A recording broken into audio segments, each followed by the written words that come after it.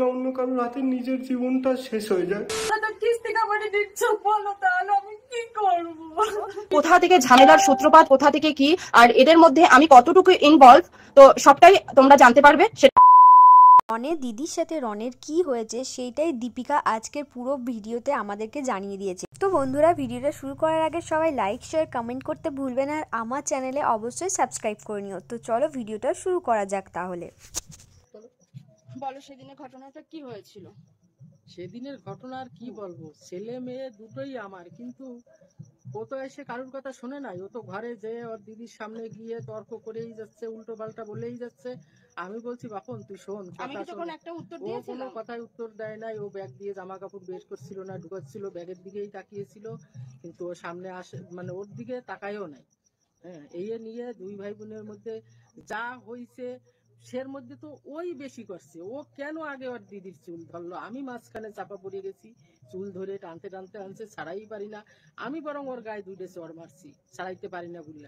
এবার ওর মুখের আঁচড় যদিও লাগে, ওর ওই ছাড়া চুল মাথা ধুইছিল, সেই চুল ধরে টাইনে নিচ্ছে। সে সময় ও বাঁচার জন্য কি করবে, আমি ছাড়াই পারছি না। বাইরে একটা যা বসে আমার মা, মানে এখন তোমরা আমাদের ওই দিনের ঘটনাটা জানতে পারবে।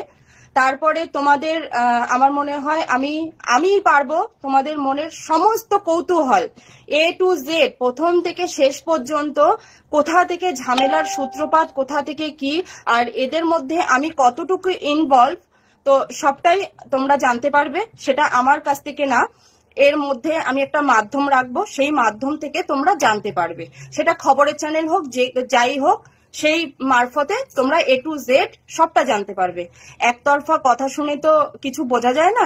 আমি আমার মতো করে বলবো, যার সম্পর্কে বলবো সে তার মতো করে বলবে, তো এইভাবে শুনে কখনো কোনোদিনও বোঝা যায় না। তাই আমি চাইছি যে একটা মারফত মিডিলে থাকুক, যে দুজনার কথাই মানে একটা ভিডিওতে দুই তরফের কথাবার্তাই থাকবে।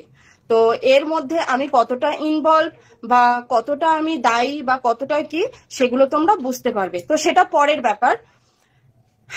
এখন যেটা মেন বলার, সেটা হচ্ছে আমি এই দিনের ঘটনাটা বলবো। ভিডিওটা তোমরা ভালো করে দেখলে বুঝতে পারবে যে একটা কথা ওখানে বলা হয়েছে। মানে ক্যামেরাটা তো সাথে সাথে অন করা হয়নি, তার আগে আমাকে ফোর্স করা হয়েছিল যে হ্যাঁ, মানে বিভিন্ন কথা নিয়ে আর কি, কথা কাটাকাটিতে তখন এরকমটাই বলা হয়েছিল যে হ্যাঁ তোর বর তো ঘুষ পেয়ে চাকরি পেয়েছে। তো তখন সেই সোর্সে আমি বলেছিলাম যে দেখ, চাকরি পেতে হলে পুলিশ ভেরিফিকেশন বল বা এটা বল বা সেটা, আমি পারবো তোমাদের মনের সমস্ত কৌতূহল A to Z প্রথম থেকে শেষ পর্যন্ত, কোথা থেকে ঝামেলার সূত্রপাত, কোথা থেকে কি, আর এদের মধ্যে আমি কতটুকু ইনভলভ, তো সবটাই তোমরা জানতে পারবে। সেটা আমার কাছ থেকে না, এর মধ্যে আমি একটা মাধ্যম রাখবো, সেই মাধ্যম থেকে তোমরা জানতে পারবে। সেটা খবরের চ্যানেল হোক, যাই হোক, সেই মারফতে তোমরা A to Z সবটা জানতে পারবে। একতরফা কথা শুনে তো কিছু বোঝা যায় না। আমি আমার মতো করে বলবো, যার সম্পর্কে বলবো সে তার মতো করে বলবে, তো এইভাবে শুনে কখনো কোনোদিনও বোঝা যায় না। তাই আমি চাইছি যে একটা মারফত মিডিলে থাকুক, যে দুজনার কথাই মানে একটা ভিডিওতে দুই তরফের কথাবার্তাই থাকবে। তো এর মধ্যে আমি কতটা ইনভলভ বা কতটা আমি দায়ী বা কতটা কি, সেগুলো তোমরা বুঝতে পারবে। তো সেটা পরের ব্যাপার। এখন যেটা মেন বলার, সেটা হচ্ছে আমি এই দিনের ঘটনাটা বলবো। ভিডিওটা তোমরা ভালো করে দেখলে বুঝতে পারবে যে একটা কথা ওখানে বলা হয়েছে। মানে ক্যামেরাটা তো সাথে সাথে অন করা হয়নি, তার আগে আমাকে ফোর্স করা হয়েছিল যে হ্যাঁ, মানে বিভিন্ন কথা নিয়ে আর কি, কথা কাটাকাটিতে তখন এরকমটাই বলা হয়েছিল যে হ্যাঁ তোর বর তো ঘুষ পেয়ে চাকরি পেয়েছে। তো তখন সেই সোর্সে আমি বলেছিলাম যে দেখ, চাকরি পেতে হলে পুলিশ ভেরিফিকেশন বল বা এটা বল বা সেটা বল, টাকা পয়সা সবারই কম বেশি দিতে হয়, তো এরকমটা বলা হয়েছিল। তো তারপরে মানে ওরকম ভাবে এমন একটা সিচুয়েশন তৈরি করা হয়েছিল। তো দেন তারপরে আমি ওই কথাটা বলেছিলাম। যাই হোক, ওই কথাটা তো পরে আসছে। তারপরে আমি কিন্তু উঠে আমি ওর কাছ থেকে ফোনটা নেওয়ার চেষ্টা করছিলাম। তোমরা যদি ওই মারা, যেটা মানে তোমরা দেখছো যে ওখানে আমি নাকি ওকে মারতে চেয়েছি, তো সেখানে তোমরা একটু ভালো করে ভিডিওটা মানে আরেকবার কি 2-4 বার যদি দেখতে পাও, তাহলে তোমরা দেখবে যদি আমার মারারই ইচ্ছা থাকতো, পিছন থেকে তো আমি এসেছি, তাহলে এইভাবে বা মাথা ধরে বা যেভাবে হোক আমি মারতে পারতাম, তাই না? আমি কিন্তু মারিনি, ওর কাছ থেকে ফোনটা নেওয়ার চেষ্টা করেছিলাম। তো এটা হচ্ছে পরের ঘটনা। এবার আমি বলি, প্রথম থেকে যদি তোমাদেরকে ঘটনাটা আমি না বলি, তাহলে তোমরা বুঝতে পারবে না। দিনটা ছিল 2 ফেব্রুয়ারি, আমার ছেলের বার্থডে। তো বার্থডের দিন আমার ভাইয়া বিকেল বেলাতে বাড়ি আসে। বাড়ি আসে তখন আমার ছেলে বাবাই ওকে দেখে খুব খুশি হয় আর আমার কাছে আসে, এসে বলে মা মামু এসেছে। আমি বললাম খুব ভালো কথা, ঠিক আছে যাও তুমি মামুকে হাক করো। ও গিয়ে হাকও করেছে। আমি ঘরে ছিলাম। তারপরে আমার ভাইয়া হচ্ছে গিয়ে ওরা ঘুরতে গিয়েছিল, কি জ্যাকেট ট্যাকেট কিছু এনেছিল, সেইগুলো আর কি দেবে মানে দিচ্ছিল। তখন আমি আমার ছেলেকে ঘরে ডেকে বলি বাবাই তুমি মামু কিছু দিলে তুমি সেটা নিও না। সেটা আমি বলেছি, হ্যাঁ সেটা আমি বলে অন্যায় করেছি, একদমই এটা ঠিক কথা। আমাকে সবাই পরে বললো যে এটা তুই বলে ঠিক করিসনি, অন্যায় করেছিস। তো ঠিক আছে, সেটা আমি অন্যায় করেছি, স্বীকার করলাম। কিন্তু আমার মনে হয় ওটা তো আমার ভাই, তাই না? ও সেটা এসে আমাকে বলতে পারতো যে এই তুই এরকম ভাবে বলছিস কেন, ওটা তো আমার ভাগ না, কি দেবো না দেবো সেটা আমার ব্যাপার বা কিছু এরকম ধরনের বলতে পারতো। যাই হোক, ও সেটা বলেনি। ও সেটা বলেনি। ও কি করেছে, আমি ঘরে ছিলাম, ও বারান্দাতে এইখানে এই জায়গাটাতে ছিল আর আমি ঘরে ছিলাম। এবার ও ক্যামেরা অন করে নিয়ে আমার কাছে গেছে, আমি ব্যাগ থেকে চুড়িদার বার করছিলাম। ও ক্যামেরা অন করে নিয়ে আমার কাছে গেছে, ক্যামেরাটা অন করে বলছে দেখো আমাদের ঝামেলার মূল হচ্ছে একটা কালপিট, নাটক করে সকালে ভিডিও পোস্ট করেছে, এরকম ধরনের মানে ওর যা মুখে আসছে ও বলে যাচ্ছে। আমি কিন্তু একদম চুপচাপ, একটাও কথা বলিনি, ঠিক আছে? তো আমার মা সেটা শুনতে পেয়ে গেছে, গিয়ে তখন আমার মা বলছে বাপন তুই এসব কথাবার্তা কি বলছিস এইসব দিয়ে। তখন মা আর আমার ভাইয়ের মধ্যে কথোপকথন হচ্ছে। তো তখনও কিন্তু আমি একটাও কথা বলিনি। ঘর থেকে দুজনের কথোপকথন হতে হতে বারান্দায় এসেছে। তখন আমি কিন্তু ওর ভিডিওটা অন করাই রয়েছে। তো তখন আমি আমার ফোনটা আমি ওরকম ভাবে অন করেছি, ঠিক আছে? কিন্তু আমার তখন মাথায় ছিল না যে ভিডিওটা অন করতে হবে। আমি জাস্ট ক্যামেরাটা অন করেছি। ক্যামেরাটা অন করার সাথে সাথে ও দৌড়ে এসে আমার হাত থেকে আমার ফোনটা কেড়ে নিল। কেড়ে নিয়েই মানে আমি হাত থেকে ফোনটা কেড়ে নিয়েছে আর আমি ওকে মানে আমার ফোনটা নেওয়ার জন্য ওকে ধরেছি, মানে ফোনটা নিয়ে নেওয়ার চেষ্টা করেছি। কিন্তু ও তখন আলাদা হাতে ফোনটা নিয়ে এক পাছাড় মেরে দিয়েছে। এক পাছাড় মেরেই আমার চুলের মুঠি ধরেছে, ঠিক আছে? আমার চুলের মুঠি ধরেছে, আমার মা ছিল মাঝখানে।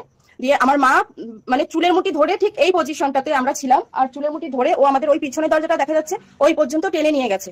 তো আমার চুলের মুঠি ধরেছে, আমার মা মাঝখানে, আর আমি ওকে ছাড়ানোর চেষ্টা করছি। আচ্ছা তোমরাই বলো, আমাকে ও চুলের মুঠি ধরেছে, আমি চুপচাপ থাকবো? কিন্তু সত্যি মা কালী দিব্যি বলছি, আমি ওকে ওর গায়ে মানে ও চুলের মুঠি ধরেছে বলে যে আমি ওকে মারবো বা কিছু, মারিনি। কিন্তু আমি আমাকে বাঁচানোর জন্য হয়তো ওকে ছাড়াতে চেষ্টা করেছি। তখন আমার নখের আঁচড় ওর এখানে লেগেছে, ঠিক আছে? আমার নখের আঁচড়টা ওর এখানে লেগেছে। আমার মা আমাকে ছাড়াতে পারছে না, মানে ও চুলের মুঠি ধরে এমন ভাবে নিয়ে গেছে টানতে টানতে, আমার মা ছাড়াতে পারছে না। তখন আমার দিদা বাইরে ছিল, আর মানে বাইরে এক কাকিমা ছিল, পাশের বাড়ির এক কাকিমা ছিল। তো সেই কাকিমাকে ডেকেছে, কোনি মেয়েটাকে মেরে ফেলবে, তুমি তাড়াতাড়ি এসো। দিয়ে সেই কাকিমা এসে আমাকে ছাড়িয়ে ওকে ঠেলে দিয়েছে। দিয়ে আমার তো ওই অবস্থা, এবার ওকে ঠেলে দিয়েছে, ও বাইরে গিয়ে উঠোনে দাঁড়িয়েছে। আর আমি এখানে মানে ওখান থেকে ফিরে এসে আমার ফোনটা তুলেছি। আমার ফোনটা তুলে দেখি আমার ফোনটার এই অবস্থা, এই যে দেখতে পাচ্ছ ফোনটা ব্যান্ড হয়ে গেছে, ঠিক আছে? তো ফোনটা যখন আমার এই অবস্থা দেখলাম তখন আমার আর মাথা ঠিক নেই। তখন আমি মানে অঝরে কান্না করতে করতে আমি বাইরে দিয়ে যাচ্ছিলাম। তখন আমার দিদা বটিতে করে রসুন পেঁয়াজ এসব ছাড়াচ্ছিল। তো তখন আমি আমার হাতের সামনে ওখানে বটিটা পেয়েছি, বটিটা নিয়ে দিয়েছিলাম, যেটা দেখে তোমাদের অনেকের অনেক কিছু ধারণা হয়েছে। তোমরা জানতেও চেয়েছো ঘটনাটা কি। আমার মনে হচ্ছে যেই সময়টা আমার নষ্ট হয়েছে সেটা নিয়ে পড়ে না থেকে জীবনে এগিয়ে চলাটাই ভালো হবে। আর সাথে এখন রনের সিচুয়েশন খারাপ, আমি চাইছি রনও একটা সুস্থ জীবনে ফিরে আসুক, আমরা দুজনে ভালো থাকি। তাই আমি এই মুহূর্তে তোমাদেরকে কিছু জানাতে চাইছি না। যদি পরিস্থিতি অন্যরকম হয় তাহলে আমি জানাতে অবশ্যই বাধ্য হব।